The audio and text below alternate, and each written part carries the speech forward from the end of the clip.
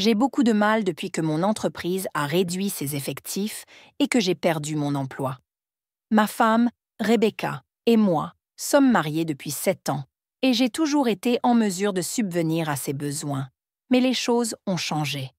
Notre mariage était encore bon, mais le stress financier faisait des ravages.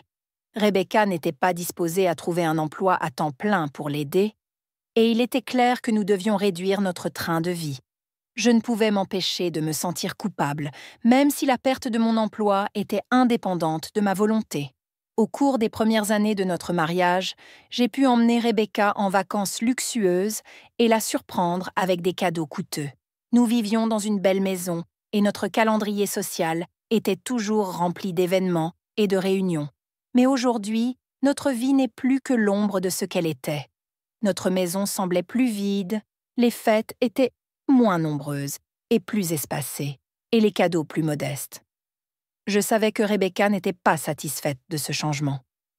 Je le voyais à la façon dont elle évitait le contact visuel et soupirait en regardant notre compte en banque qui s'amenuisait. La femme que j'avais épousée, celle qui avait toujours été si pleine de vie, semblait disparaître devant mes yeux. J'ai essayé de maintenir un sentiment de normalité en remplissant nos journées de petits moments de bonheur, comme cuisiner ses plats préférés ou organiser des soirées bon marché à la maison. Mais il était clair que l'étincelle que nous avions eue autrefois s'éteignait lentement. Mes efforts, bien que sincères, n'ont pas réussi à raviver la passion et l'amour que nous partagions si facilement. Au fil des semaines, j'ai fait de mon mieux dans notre situation, cherchant des offres d'emploi et envoyant d'innombrables CV, espérant que quelque chose se concrétiserait bientôt. Mais le marché était difficile et ma confiance commençait à vaciller. Je ne pouvais m'empêcher de me demander si Rebecca ne commençait pas à éprouver du ressentiment face au changement de notre situation, si elle n'était pas mécontente que je ne sois plus en mesure de subvenir à ses besoins comme je l'avais fait auparavant. Pendant cette période difficile, j'ai commencé à remarquer des changements subtils dans le comportement de Rebecca.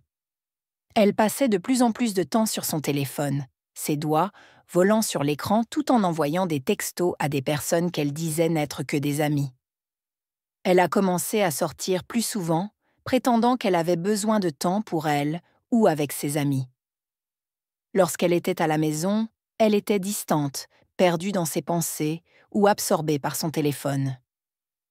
J'ai essayé de lui parler de mes inquiétudes, mais elle les a balayées du revers de la main, me disant que j'étais trop sensible ou paranoïaque.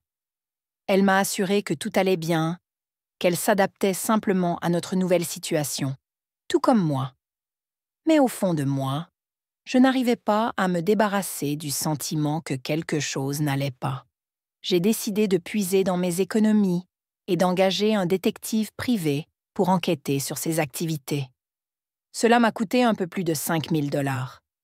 Le détective privé que j'ai engagé était un professionnel chevronné, Frank, qui avait des années d'expérience dans la découverte de secrets.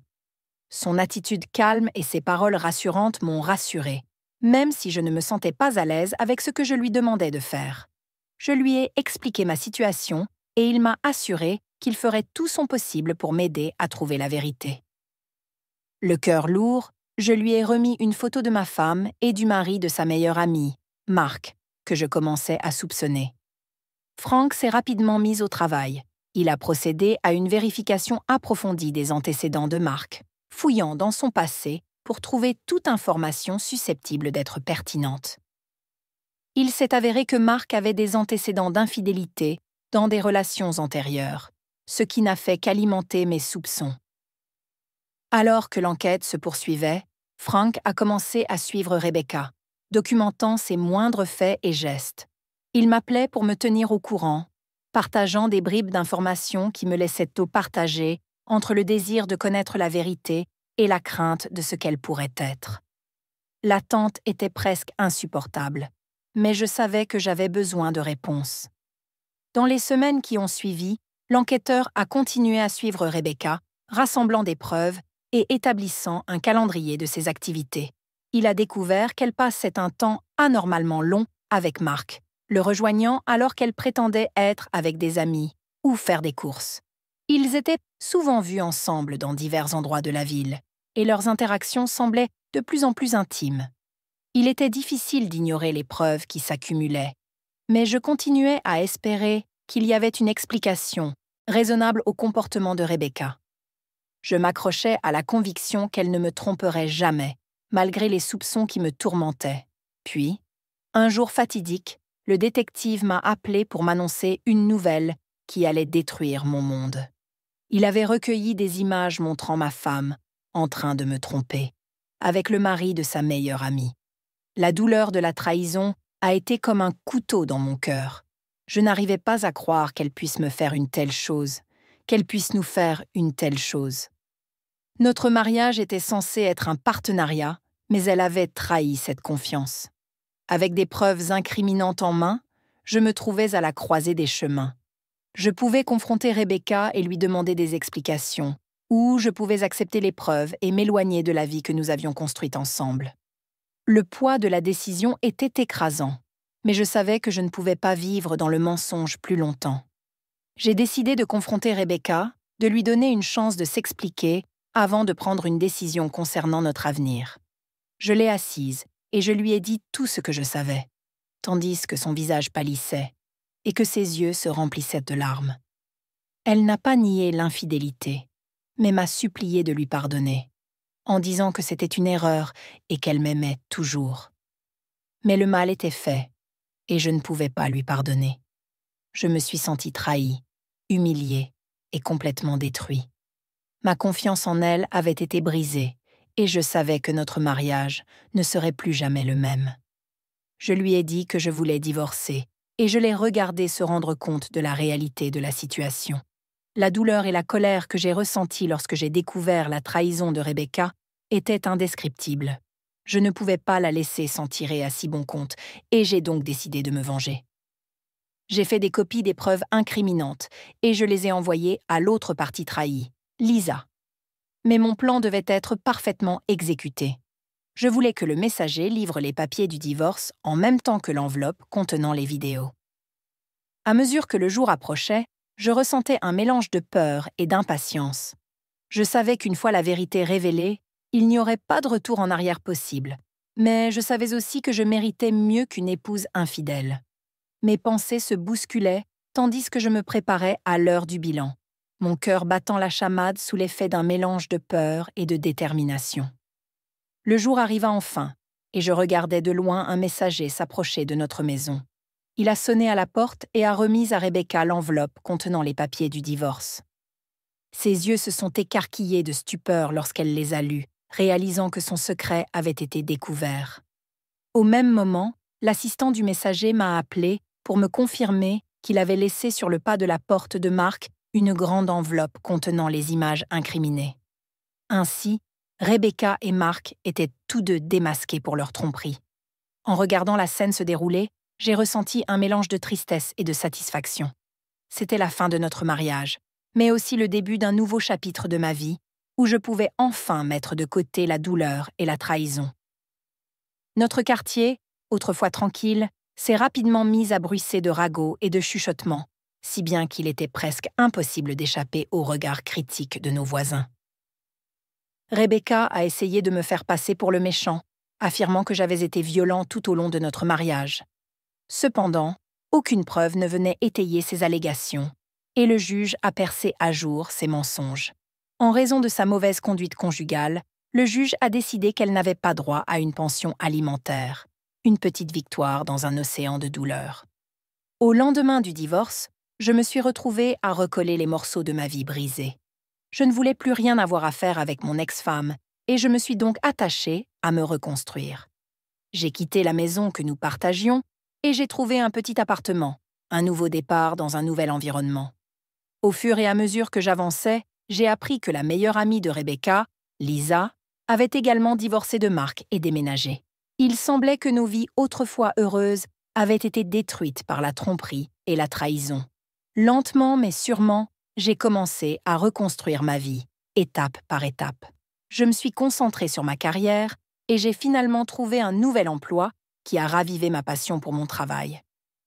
J'ai repris contact avec de vieux amis qui m'avait soutenue pendant mes jours les plus sombres, et je me suis même fait de nouveaux amis qui partageaient mes intérêts et mes passe-temps.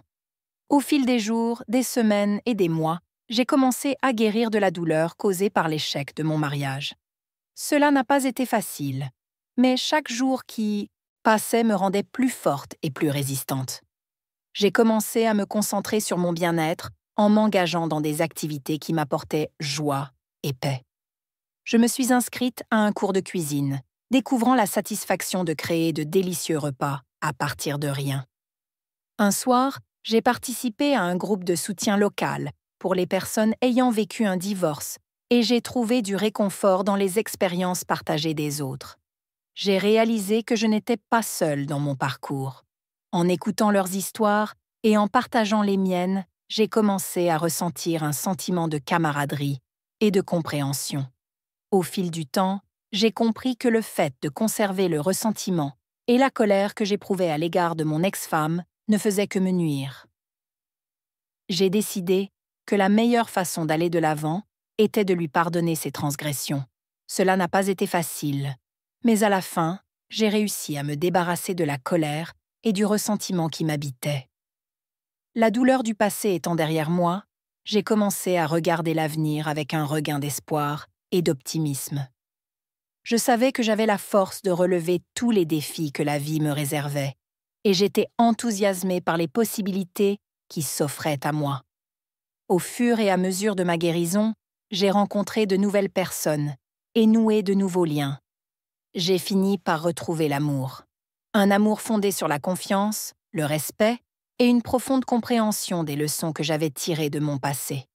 Mon parcours a été jalonné de douleurs et de souffrances, mais j'ai trouvé le moyen de les surmonter et de me construire une nouvelle vie. Je me suis attachée à cultiver la gratitude pour les leçons que j'avais apprises et la croissance que j'avais connue à la suite de mes épreuves. Mon parcours n'a pas été facile, mais il m'a appris de précieuses leçons sur l'amour, la confiance et le pardon. Il m'a montré que même dans les moments les plus sombres, il y avait toujours une lueur d'espoir et la possibilité de guérir. Et surtout, j'ai appris que je suis l'architecte de mon propre bonheur et que j'ai le pouvoir de créer une vie pleine de sens et de joie. En fin de compte, la douleur et la trahison de mon passé sont devenus le catalyseur de mon développement personnel et de ma transformation. Alors que j'avançais vers l'avenir, je l'ai fait avec un cœur ouvert et un sens renouvelé de l'objectif, prête à embrasser toutes les aventures que la vie me réservait. C'est ainsi que je me suis aventurée dans le prochain chapitre de ma vie, avec courage et détermination, sachant que, quels que soient les défis auxquels je serai confrontée, je serai capable de les surmonter et d'en ressortir encore plus forte qu'avant. Je tiens à dire personnellement à Histoire de trahison. Merci de nous donner une plateforme pour partager nos histoires. Il n'est pas facile de faire face à quelqu'un qui vous trompe et, dans certains cas, il est presque impossible de contrôler ses émotions. J'ai eu de la chance